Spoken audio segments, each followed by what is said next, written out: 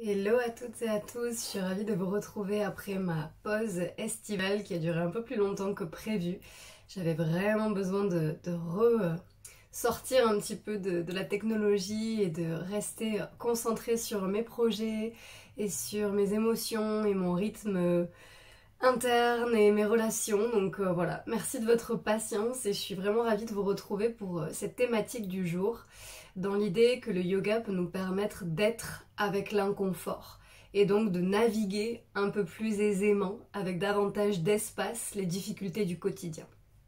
Et je vais commencer par te partager ce que je comprends du yoga, bien loin de simplement l'exercice physique qui est super utile, très sain pour le corps, pour l'équilibre, pour la détoxification, pour la conscience de soi, c'est juste incroyable, hein, les postures de yoga. Et pour autant, j'ai la sensation qu'il y a bien plus en fait que ça. Et moi, en tout cas, ça m'intéresse pas d'utiliser le yoga comme du fitness. Je préfère faire du sport et à côté pratiquer le yoga, être yoga en fait. Parce que pour moi, c'est ça, le yoga, c'est être yoga. C'est une manière de se relier à soi, de se relier au monde, à l'autre, à nos relations et d'entrer en fait en contact et en lien avec le monde, avec l'extérieur. Depuis soi en fait. Donc pour moi, ce que je comprends du yoga, c'est vraiment cette idée que nous sommes un peu des fractales finalement, que à l'image de toutes nos cellules, de tous nos systèmes internes qui nous communiquent en permanence, qui sont en lien en permanence, eh bien nous sommes en lien à tout instant avec le tout en fait. Et comme si nous étions une miniature de cette organisation cosmique qui fait que nous sommes là en fait, hein, sur une toute petite planète à l'échelle universelle qui tient la vie, on ne sait pas trop encore comment. Voilà, cette magie en fait de la vie, pour moi, c'est ce que le yoga m'apporte, d'avoir cette conscience assez large de tout ce qui se vit en fait en moi et aussi autour de moi. Et donc de développer une forme, pas tous les jours, hein, mais une forme d'empathie envers ce que les autres êtres, humains ou pas, peuvent ressentir et comment est-ce que j'adapte finalement leurs besoins à moi, mes besoins, comment est-ce qu'on danse en fait ensemble plutôt que d'être contre en fait. Cette idée de communauté aussi qui est très importante dans l'univers du yoga, dans la perception du yoga, puisqu'encore une fois, aucune cellule n'est isolée en fait dans notre corps. Donc pourquoi le saurions-nous, nous, en tant qu'humains, c'est-à-dire en tant qu'ensemble de cellules? Donc c'est toute une logique de vie en fait, c'est une orientation, une manière de percevoir la réalité que le yoga m'apporte en fait au quotidien. Et sur cette logique finalement, sur cette orientation de vie, eh bien les difficultés, elles font aussi partie de cet ensemble qu'est notre quotidien. Et en termes de survie, notre cerveau, il a en gros deux solutions: aller vers le plaisir et éviter ce qui est douloureux en fait. Donc on est conçu pour repérer très facilement, spontanément, inconsciemment tout ce qui est compliqué, tout ce qui est dangereux. C'est pour ça qu'on a cette capacité à voir le pire, un peu à anticiper le négatif, parce que c'est pour notre propre survie d'un point de vue de l'évolution de l'espèce. Il nous faut repérer les risques rapidement pour pouvoir les éviter et se concentrer vers ce qui est sécurisant, vers ce qui va nous permettre de continuer à vivre, à évoluer et préserver l'espèce. Et donc il y a ce qu'on appelle des schémas d'évitement finalement. Donc par exemple on a peur de l'eau, on va tout faire pour ne pas aller à la piscine ou pour encore moins essayer de faire du surf ou d'aller dans les vagues, et on va progressivement éviter ce circuit en fait, éviter cette autoroute, et notre cerveau va se dire ah super, j'ai évité, j'ai survécu.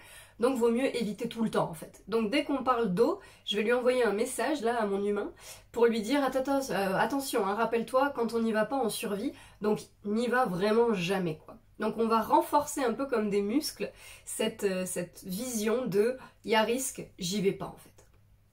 Et ça c'est pour tout dans la vie. J'ai peur du conflit, je vais tout faire pour que tout le monde soit bien, pour que parler toujours gentiment, être une gentille fille, un gentil garçon, et voilà, d'être super sympa avec tout le monde, comme ça au moins, pas d'embrouille, j'ai jamais de conflit, parce que j'en ai peur au fond. Donc vu que j'en ai peur, mon cerveau il me dit ne va pas vers là, va plutôt vers tout le monde est gentil, tout le monde est bien. Donc tout ça c'est pour plein d'exemples du quotidien. Et ce que nous apprend le yoga finalement, c'est de trouver un équilibre entre là c'est douloureux, et j'ai plus envie de supporter ça dans ma vie en fait. Et là j'ai un peu peur, j'ai vraiment pas envie d'y aller, mais je peux quand même essayer d'élargir ma fenêtre de tolérance, mon espace de tolérance à la difficulté, à la douleur, à l'inconfort finalement. Et on peut le retrouver autant dans ce mécanisme psychologique en fait du quotidien, de voilà se dire bah avec tel ou tel ami, telle personne, bah là ça fait 3 ans par exemple que j'aimerais que ça se passe autrement, que j'ai l'impression de faire des efforts et que je mets en place des actions, qu'il y a de la communication, qu'il y a quelque chose qui se passe, et pour autant je suis toujours pas dans la fluidité, dans la douceur que j'aimerais goûter en fait, que j'aimerais vivre avec cette personne. Bah le yoga c'est vraiment se positionner, se dire ok, depuis mon idéal de vie là, depuis ce que j'ai envie de vivre, j'en suis où dans cette relation en fait? Est-ce que c'est juste de l'évitement à me dire oh non c'est bon j'ai plus envie de faire d'efforts parce que j'ai plus d'espace en fait, ça me gave, je suis lessivée en fait, j'ai plus la possibilité de. Auquel cas bah voilà peut-être qu'il y a des décisions à prendre.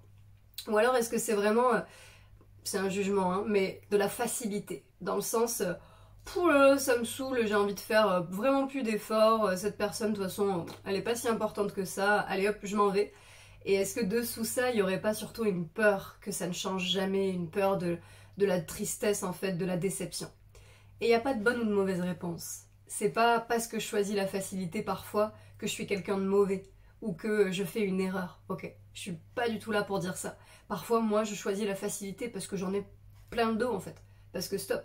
Donc j'ai pas envie de me prendre le chou, j'ai plus envie là. J'ai envie de choisir la douceur, la simplicité. Et c'est là où j'en suis parfois. Le yoga, ce que ça m'apprend, c'est pas à être quelqu'un de bien et à tout faire en règle, et c'est pas dogmatique pour moi, c'est pas le bien, le mal, le noir, le blanc. C'est voir toutes les nuances en fait, toute la palette de vie, du vivant, tout ce qui est là, et comment est-ce que je réagis et je réponds à tout ça. Comment est-ce que je danse avec tous ces éléments, puisque ça me permet d'avoir cette conscience de tout ce qui est là, et d'être dans la douceur avec moi, d'être dans la conscience de bah là c'est ma limite en fait. Et si depuis 1 an je choisis que la facilité parce que c'est ce dont j'ai besoin et que je le fais en conscience, c'est ok. Pour moi c'est ok en fait. L'idée du yoga c'est d'être dans l'instant, d'être avec ce qui est là, avec ce que je suis, avec tous les jugements qui vont venir hein, aussi, de voilà t'es pas quelqu'un de bien, t'as pas assez de courage, tu choisis la facilité, t'es un faible, etc. Bref, tout ça c'est là.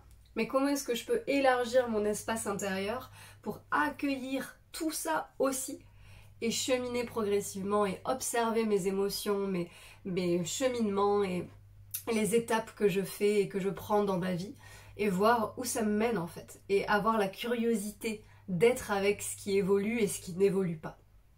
Et pour revenir avec cette notion d'inconfort, dans les postures de yoga par exemple, on peut vraiment travailler ça.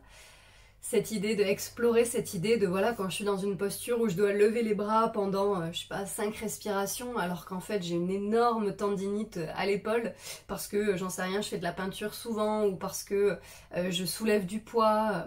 Est-ce que c'est juste pour moi en fait de faire comme a dit le prof, de lever les bras pendant 5 respirations pour aller chercher cette limite et dépasser cette limite et vraiment rentrer dans cette ouais, cet espace de l'entre-deux quoi, je me respecte pas, je cherche, je muscle aussi mon espace de supporter la douleur et mon espace de tolérance, ou est-ce que c'est plus adapté et aligné envers mes besoins, de ramener les mains sur le cœur ou de les descendre le long du corps après 3 respirations, ou 2 respirations, ou de carrément pas les monter du tout?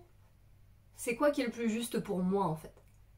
Et forcément, j'ai envie de dire, probablement il y aura la peur d'être jugé par le prof, la prof, d'être jugé par peut-être les autres élèves ou par soi-même. Tout simplement, de se dire t'es nul, tout le monde lève les bras et toi tu restes là avec ton épaule qui fait mal et tu dépasses pas ça.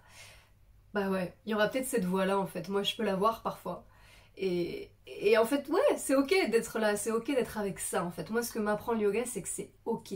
Et encore une fois, ça veut pas dire que tout est ok, on s'en fout, on laisse tout faire. Ah bah oui, lui il me parle mal, c'est pas grave. Ah bah oui, j'ai parlé mal à cette personne, j'ai fait ci, j'ai fait ça. C'est pas non plus être dans le laxisme total en fait. C'est plus avoir conscience de là, j'ai fait mon max en fait. Là, je peux pas réagir autrement que d'envoyer bouler cette personne parce que je peux plus. Ou bah là, j'ai fait tout ce que je pouvais et ça me convient plus donc j'arrête, etc. etc. en fait. Dans le corps c'est pareil. Bah là non, j'ai aucune envie de faire d'efforts, j'ai envie d'être dans la relaxation totale, de me poser sur mon coussin et ça va être ça ma méditation et ma posture de yoga aujourd'hui. Et pourquoi pas? Et si ça gêne quelqu'un, bah ça leur appartient. Ou alors, est-ce que j'ai vraiment envie d'être dans le dur en fait et d'être allez ok, j'ai un peu mal au genou mais je vais tester en fait, je vais faire l'expérience de je vais tenir sur une jambe alors que j'ai mal à cette jambe et qu'est-ce que ça fait en fait d'aller dans la douleur? Et qu'est-ce que c'est cette expérience de la douleur? Et est-ce que je peux passer outre? Qu'est-ce que ça va avoir comme conséquence sur mon corps, sur ma psyché, sur ma relation à moi-même, à ma confiance en moi-même? Est-ce que ça va au contraire m'ouvrir une nouvelle expérience de ah ouais en fait la douleur c'est juste psycho et je peux très bien aller au-delà? Ou alors est-ce que je vais me détester pendant 1 heure à me dire mais encore une fois t'écoutes pas tes besoins, t'es vraiment pas tolérante envers toi-même, etc. J'ai pas de réponse en fait. Le yoga pour moi ça m'apporte pas des réponses, ça m'apporte une ouverture à l'idée de questionner ce qui est là en fait, d'observer ce qui est là, d'avoir cette curiosité d'explorer sans contrôle, sans vouloir réduire à des idées préconçues. Ce qui est vrai pour moi dans l'instant présent sera différent dans 2 minutes et est complètement peut-être opposé à ce que tu vis toi en fait. Et c'est dur d'accepter cette complexité. C'est difficile. C'est parfois plus simple pour moi en tout cas de me dire tout le monde pense comme moi, on est tous pareils, faites pas chier, c'est parfait, on est nickel, on est tous ensemble, on va dans le même sens là, on avance là. Ouais, et pour autant est-ce que c'est vraiment ce que vivent les gens en fait? Je suis pas sûre, j'en sais rien. Et parce que j'en sais rien, j'ai envie de cultiver cette relation d'ouverture, cette relation d'être bah ouais, en lien avec l'inconfort, avec ce qui est difficile, que ce soit dans ton couple, dans tes relations à la famille, dans ta relation à ton corps, à ton poids, à l'image de ce que tu projettes aux autres ou ce que tu as l'impression de projeter aux autres, à son travail, à qu'est-ce que c'est le travail, c'est quoi l'inconfort pour toi en fait, et qu'est-ce que tu as envie d'être par rapport à cet inconfort. Qu'est-ce que tu as envie de faire par rapport à cet inconfort? Et est-ce qu'on peut être OK avec des décisions que l'on prend en sachant que même si j'ai du mal encore à sentir cette croyance-là, mais j'ai la croyance qu'il n'y a pas de mauvais choix en fait. Qu'il n'y a que de l'expérience, que c'est juste. Si on se trompe, entre énormes guillemets, si on fait quelque chose qui a après des conséquences difficiles pour nous, bah c'est l'occasion d'expérimenter quelque chose qui est difficile, d'apprendre une leçon en fait. C'est Nelson Mandela, je crois, qui disait ça, il y a des jours où je gagne, il y a des jours où j'apprends, en fait. Est-ce qu'on perd? Et qu'est-ce qu'on perd, en fait? Qu'est-ce que c'est se tromper, finalement? Donc le yoga, pour moi, c'est tout ça. L'inconfort, c'est tout ça, en fait. Comment je me positionne envers moi-même, envers mes émotions, un peu comme une image là, de la pyramide de Maslow et tous les besoins. J'en suis où, en fait? J'en suis où dans mon épanouissement personnel, dans mes besoins de base, dans mes besoins de relation, de lien, d'attachement, de santé? C'est quoi tout ce panel là, tout ce paysage intérieur? C'est quoi tout ce qui est en moi, en fait? Tout ce qui est en moi? Et c'est quoi que vit l'autre ou qui est présent, qui m'est donné là à expérimenter, à observer, à savourer autour de moi? Et comment je fais le lien? Et des fois j'ai pas envie de lien. Et des fois j'ai crève d'envie d'avoir du lien et l'autre est pas dispo. Il y a un fossé, il y a une tension, il y a est-ce que je peux trouver de l'espace dans tout ça en fait? Et quand j'ai pas d'espace, est-ce que je peux appeler quelqu'un qui aurait de l'espace pour moi? Est-ce que je peux demander de l'aide? Est-ce que je m'autorise à avoir du soutien plutôt que vouloir être une seule personne qui sait tout se faire à la James Bond là? Le yoga c'est tout ça en fait. Et ça peut paraître peut-être farfelu, peut-être que c'est pas du tout clair pour toi. Si c'est le cas, n'hésite pas à me l'écrire, je suis preneuse aussi. J'adore transmettre, éduquer. J'aime beaucoup ce rôle-là en fait que j'ai choisi dans ma vie. Et donc avec plaisir de réexpliquer aussi, de transformer, d'aller là où vous en êtes en fait dans votre compréhension de tout ça. Et voilà, et vraiment quitte à refaire des vidéos là-dessus, c'est avec plaisir. Mais j'ai envie de terminer plus sur une question en fait. Sur cette idée de t'inviter à ouvrir la conscience de qu'est-ce que c'est l'inconfort pour toi. Comment tu le vis dans ta vie en fait. Aujourd'hui, là, à l'instant T, dans ce paysage vivant qu'est ta vie, comme si tu pouvais avoir un écran géant là devant toi et tu te poses et tu regardes, bah, c'est quoi ma vie en ce moment quoi. Et qu'est-ce qui est difficile dans ma vie quoi. Qu'est-ce qui est compliqué et que j'aimerais que ce soit autrement.